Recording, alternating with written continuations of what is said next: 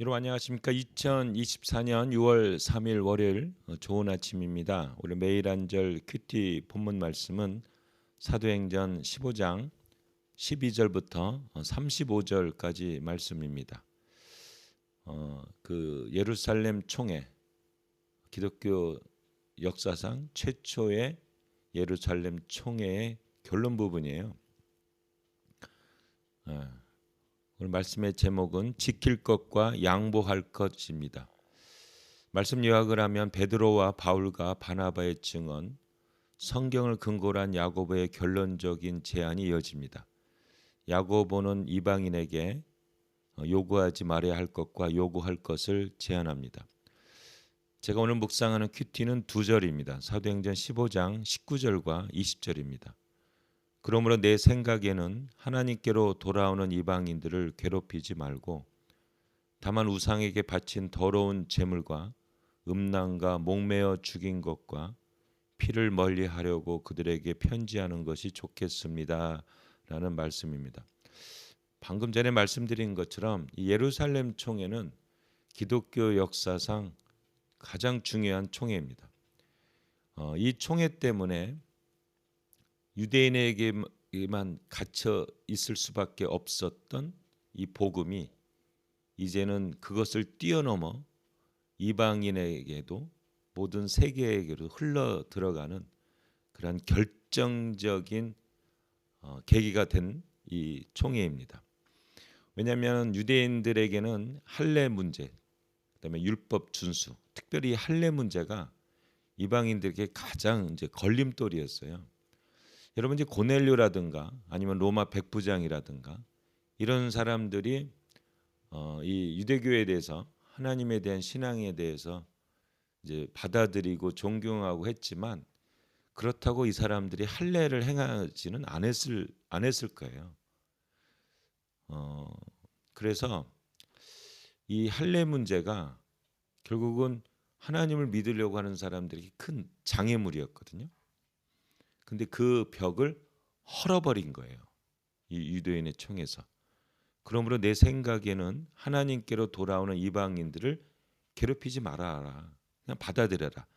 다만 우상에게 바친 더러운 제물과 음란과 목매어 죽인 것과 피를 멀리하라고 그들에게 편지하는 것이 좋다. 우상에게 바친 제물, 음란, 그다음에 죽인 것, 피를 멀리하. 이 네 가지만 제안을 해요. 이런 것들은 좀 외워두시면 좋아요. 우상에게 바친 제물, 음란, 그다음에 죽인 것, 그러니까 시체죠. 죽인 것, 그다음에 피, 예. 우상에게 바친 제물, 음란, 죽인 것, 그다음에 피. 이 네 가지만 멀리하라고 이렇게 편지를 하게 됩니다. 이제 그렇다고요. 이렇게 보면은 이 문제는 계속해서 이어져 내려갑니다. 갈라디아서에 보면은 이 예루살렘에서 이제 보낸 사람들이 다시 할례를 강조하고 그다음에 율법을 준수할 것을 강조해서 이 갈라디아 교회가 굉장히 혼란을 겪은 것을 이렇게 나와 있습니다. 그리고 여기 보면은 이제 우상에게 바친 더러운 제물을 멀리하라고 그랬고 음란을 멀리하라고 그랬는데 그 고린도전서를 읽어보시면요, 그 사도 바울이 그 우상에게 바친 그 고기들을 어떻게 할 것인가. 그러니까 이제 이방 신들에게 이렇게 이제 그 무슨 우리식으로 하면은 뭐죠, 뭐 석가탄신일처럼 그 특별한 날들이 있는 거예요. 그 우상의 어떤 그 기념하는 날들. 그때 이제 막 제물을 바치고 그거를 그런 걸 때 이제 싸게 이렇게 내놓는 거죠. 이제 그 도네이션 하는 것처럼 이렇게 막 내놓는 거예요. 그러면은 그 당시 이제 기독교인들이 다 가난한 사람들이 많았거든요. 노예들도 많았고 여자들도 많았고. 자, 이렇게 하층 계급들이 이제 예수를 믿었기 때문에 그 사람들이 고기를 먹는 기회가 많이 없었던 거예요. 그러니까 이게 싸게 나오는데 이제 이렇게 고기를 먹는 사람이 있었겠죠. 그러면 우상에게 바친 제물 이거 먹어도 되나? 그 사도 바울은 그 물어보지 않고 먹으라고 그러잖아요. 그 물어봐서 그러면은 이제 걸리니까 그냥 우상에게 바친 제물인지 아닌지 그거 물어보지 않고 그냥 먹어라. 모르겠어요. 저는 이제 2000년 이제 지나서 그런지 이게 눈가리가 아온 것 같은. 하여튼 사도 바울이 그런 얘기를 해요. 아무것도 아니다. 그러니까 믿음으로 구원받으니까 아무것도 아닌 거죠. 그리고 이제 고린도 그 교회에 보면은 가기 계모랑 이제 결혼해서 하는 사람도 있잖아요. 그게 교회 자체 내에서 허용이 되는 것들이 벌어지게 돼요. 음란이잖아요. 그러니까 어쩌면은 이런 것들이 좀 무너지다 보니까 야 이러면 안 되겠다. 이거 기준이 좀 있어야겠다. 그래서 이제 율법의 강조들이 일어나지 않을까. 그 역사적으로 보면 사도 바울이 죽은 다음에요. 이 사도 바울이 개척한 교회 세력이 급격하게 약화된 그 기록들이 나와요. 그럼 어디에 그 세력들이 강했냐? 예루살렘 교회의 세력들이 강한 율법을 강조한 세력. 그리고 예루살렘 총회에서 결정했던 것들이 약간 무너지는 상태에서 극적인 사건이 발생합니다.